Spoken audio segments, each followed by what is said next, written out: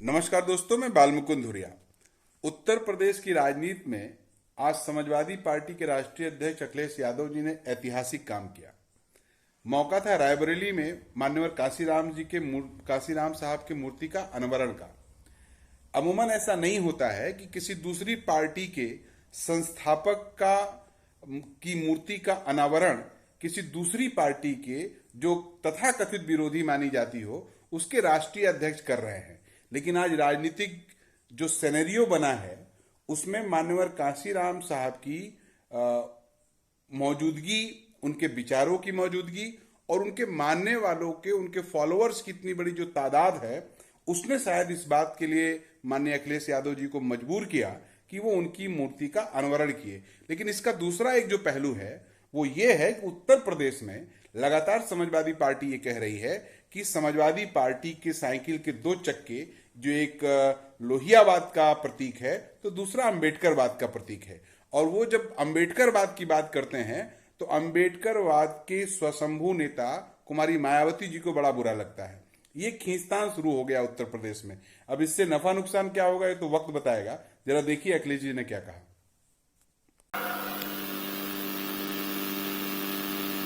एक नारा दिया गया और जनता भी उस नारे से जुड़ने लगी। मुझे नहीं पता मीडिया के लोग, अखबार के लोग किस रूप में उस नारे को लेंगे, क्योंकि मीडिया और अखबार हमारा नहीं है। ये केवल हमारे पत्रकार साथी हमारे हैं। लेकिन मैं उनसे कहना चाहता हूं, अगर इस नारे को लेकर के कोई राजनीति में बहस करोगे तो जब मैं पहला चुनाव लड़ रहा था कन्नौज में, जब नेताजी ने मुझे चुनाव लड़ाया कन्नौज में पहला, वो चुनाव भी ऐतिहासिक था क्योंकि हमारे खिलाफ जिनको लड़ाया गया इसीलिए लड़ाया गया कि वो जीते नहीं, लेकिन कम से कम समाजवादी पार्टी का नुकसान पहुंचा दें। जब मैं पहला उपचुनाव लड़ रहा था तो मैंने गलियों में वो नारे सुने थे।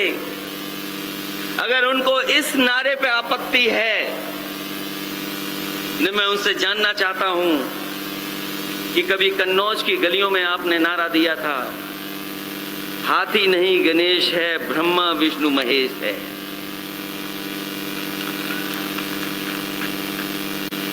कन्नौज की गलियों में भारतीय जनता पार्टी के लोगों ने क्या ये नारा बुलंद नहीं किया था कि हाथी नहीं गणेश हैं, ब्रह्मा विष्णु महेश हैं? हमारे नारे में तो केवल एक भगवान जी का नाम आ रहा, वो भगवान जी का नाम नहीं है, क्योंकि असली नाम भगवान जी का अगर कोई लेता है तो जय शिया राम लेता है, जय श्री राम नहीं लेता। नाम शिया है, इसलिए बहस में हम नहीं पढ़ना चाहते।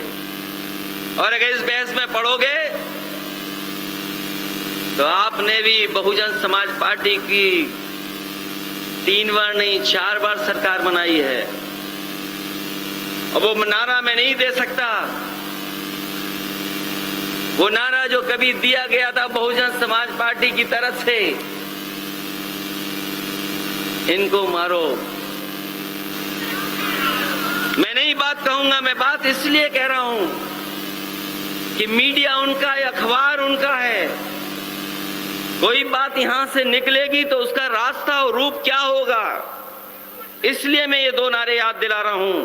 अगर आप उस नारे पर बहस करोगे तो हम इन 2 नारों पर बहस करेंगे कि तुमने 2 बार नहीं, 3 बार नहीं, 4 बार सरकार बहुजन समाज पार्टी की इन्हीं नारों को लेकर के सरकार बीजेपी ने बनवाने का काम किया था। अगर आज जरूरत किसी बात की है तो समाज को जोड़ने की बात हो, और मैं आपको भरोसा दिला सकता हूं, समाजवादी आंदोलन जो नेताजी ने शुरू किया, जो डॉक्टर राम मनोहर लोहिया ने जो रास्ता दिखाया, वो वही रास्ता है जो बाबा साहब का रास्ता है, वो वही रास्ता है जो मान्यवर काशीराम जी जिस रास्ते से चले हैं। कोई दूसरा रास्ता नहीं है। और जो लोग नारा ये दे रहे हैं, सबका साथ, सबका विकास, सबका विश्वास, मैं उनसे जानना चाहता हूं कि जब तक समाज नहीं गिना जाएगा तब तक सबका साथ, सबका विकास कैसे संभव है। अगर आप चाहते हो कि सबका साथ, सबका विकास हो, तो जाति जनगणना होनी चाहिए, और बिना जाति जनगणना के न सामाजिक न्याय संभव है और न ही सबका साथ, सबका विकास संभव है। क्योंकि जिस रास्ते पर भारतीय जनता पार्टी देश और समाज को ले जा रही है, हमारे आपकी कोई पहचान नहीं होगी, हमारी आपकी कोई गिनती नहीं होगी। क्योंकि जिस तरह के फैसले ले रहे हैं, मैं इतिहास के पन्नों में दोबारा पलट करके बताना चाहता हूं कि इस देश में अंग्रेजों का राज था। अंग्रेज खुद नहीं आए थे, एक प्राइवेट कंपनी आई थी और वो प्राइवेट कंपनी कारोबार कर रही थी। उस पर फौज के अधिकार, कानून के अधिकार नहीं थे। लेकिन ब्रिटेन में एक कानून पास हुआ था और उस कानून के बाद वो कंपनी सरकार बन गई थी। और आज हम देखते हैं कि ये सरकार लगातार वो कानून लागू कर रही है जिससे कि हर चीज प्राइवेट हाथ में चली जाएगी।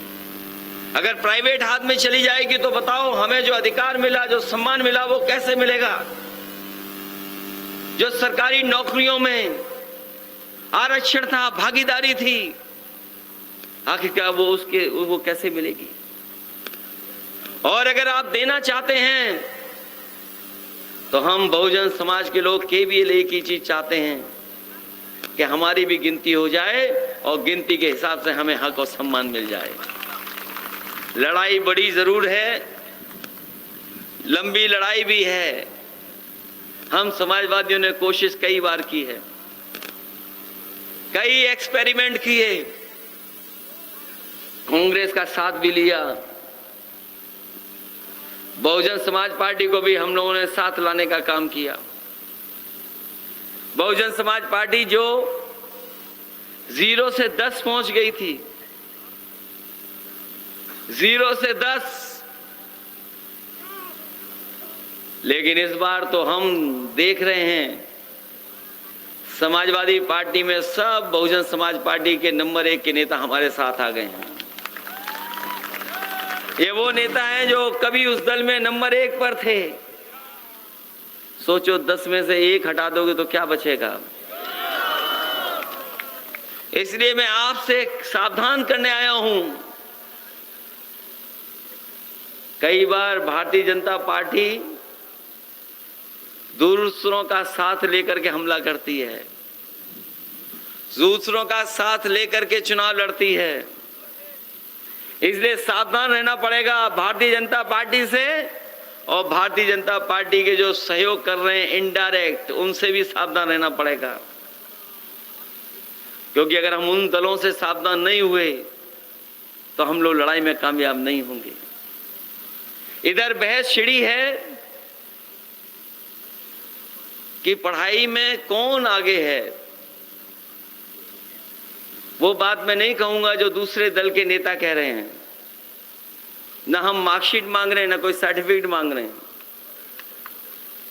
हम तो ये कह रहे हैं कि दिल्ली वाले ज्यादा पढ़े लिखे हैं कि यूपी वाले ज्यादा पढ़े लिखे हैं। अगर दिल्ली वाले ज्यादा पढ़े लिखे हैं तो यूपी वाले नंबर 2 पर हैं, और यूपी वालों की पढ़ाई लिखाई तो हमने देख ली है। अब सदन में देख ली उनकी पढ़ाई हमने। ऐसी सरस्वती उनके ऊपर आई, छाई, कि उन्होंने कह दिया 56 में 46 यादव हो गए। 46 में 56, इसका मतलब मैं सही बोल रहा था, आप गलत बोल रहे हो। हमने आपने पढ़ाई देख ली उनकी, क्या बोले 46 में 56, और वे भूल गई ये बात कि ये बात तो सब YouTube पर भी है, सोशल मीडिया पे भी है। जो बात मैंने कही वही सदन में कह रहे थे कि उनके नेता ने झूठ नहीं बोला। उनके नेता कह रहे थे कि 56 में 46 हैं, लेकिन वो ये बात भूल गए कि उन्होंने कहा था कि 46 में 56 हैं, 46 में 56। और जब मैंने सूची मांगी कि भाई सदन में हमें वो दे दो जो 46 हुए हैं हमारे, आज तक सूची नहीं। बताओ उन्होंने झूठ बोला कि नहीं बोला? और केवल एक बार झूठ नहीं बोला उन्होंने। जिन्होंने बजट को देखा होगा, बजट में क्या कहा कि हमने इतने रोजगार दे दिए, इतने नौकरी दे दी हैं कि उत्तर प्रदेश में अब बेरोजगारी दर केवल 4 कुछ बची है। और इसका मतलब ये है कि 100 में 4 ही केवल बेरोजगार गांव में बचे हैं। बस अब सबको रोजगार मिल गया है। अरे आप तो गांव वाले लोग हैं, गंगा किनारे वाले लोग हैं, तो मैं गंगा की कसम ये बताओ, गंगा माँ की कसम सच बोलना, गांव में 100 में 4 बेरोजगार हैं कि पूरे के पूरे बेरोजगार हैं? कि आप लोग आवाज न उठाएं इसलिए आपको राशन मिल रहा है। किसान भाई शोर न मचाएं इसलिए आपको सम्मान राशि मिल रही है। इसलिए इस अनाज के और उसके चक्कर में तो नहीं पड़ जाओगे आप। इसलिए मैं बहुत बधाई देना चाहता हूं एक बार फिर स्वामी प्रसाद मौर्य जी को कि जिन्होंने माननीय काशीराम जी की प्रतिमा को लगा करके उन्होंने नई पीढ़ी को सोचने के लिए मजबूर किया। और कम से कम ये प्रतिमा जो लगी है उससे बहुत बहुजन समाज के लोग प्रेरणा लेते रहेंगे। माननीय काशीराम जी ने जो संघर्ष किया, जो रास्ता दिखाया, और नेताजी ने जो साथ लिया था उस समय पर, उसी का परिणाम है कि उत्तर प्रदेश की राजनीति में बदलाव आ गया।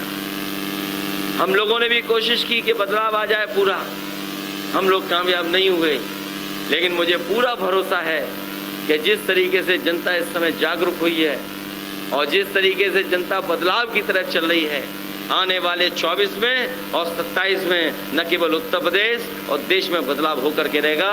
इसी उम्मीद के साथ, इसी भरोसे के साथ मैं आप सबका धन्यवाद देता हूं।